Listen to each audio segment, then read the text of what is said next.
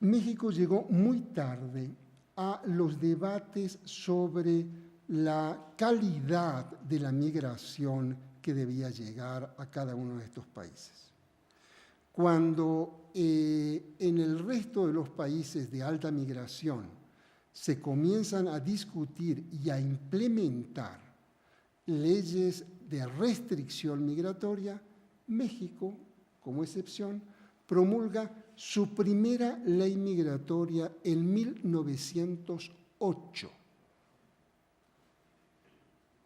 La pregunta es, ¿por qué México llegó tan tarde con una legislación migratoria cuando en el resto de los países esta legislación comienza a mediados del siglo XIX y ya en 1908-1910 lo que hay es migración restrictiva?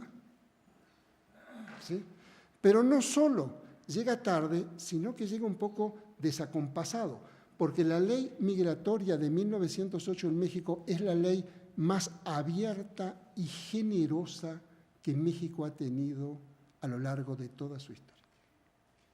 Esa ley dice casi textualmente, no hay distinciones ni de credos ni de razas. Aquí puede entrar cualquiera. Cuando en el resto del mundo se están poniendo freno. La pregunta es, ¿por qué?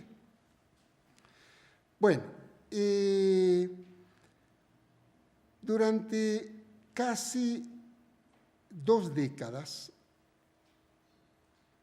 los revolucionarios mexicanos hechos su gobierno, 20s y 30s, de alguna manera continuaron convencidos de la necesidad de que México tenía que abrir sus puertas a la migración, sobre todo como sus antecesores porfirianos.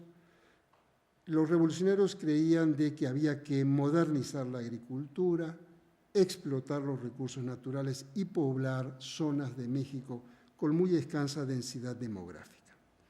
Pero los tiempos habían cambiado y de alguna manera esos tiempos se encargaron de demostrarle a los revolucionarios hechos gobiernos que estaban de alguna manera equivocados. Sucedía de que México estaba expulsando a una parte importante de su población a los Estados Unidos. Ese era un fenómeno que se tardaron las autoridades mexicanas en darse cuenta de que esto era un fenómeno, es decir, que un fenómeno era una permanencia, una constante en el comportamiento demográfico de los mexicanos. Y en segundo lugar, porque en los 20s y en los 30s, México se convirtió en lugar de destino de migración, pero de una migración que nada tenía que ver con la idealizada migración europea. Estaban llegando gente de otros lados, de los cuales los mexicanos no sabían mucho, pero tampoco les gustaba mucho a esta gente. Bien, entonces los revolucionarios se encuentran frente a una muy complicada disyuntiva, y esto es importante, a ver si yo lo puedo dejar claro. Por un lado, la economía nacional era incapaz de garantizar mínimas condiciones de subsistencia a su propia población. ¿Sí?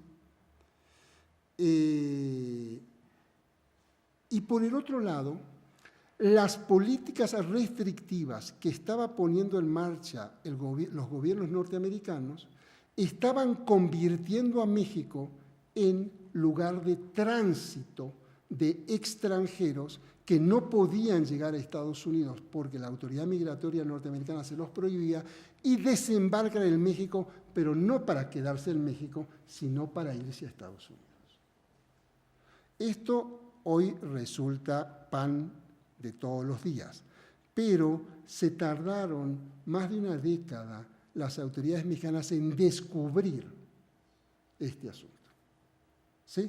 De que de cada 7 extranjeros que llegaba a México, solo 1 permanecía en México. El resto desaparecía de los registros. La idea era de que estaban llegando muchos extranjeros.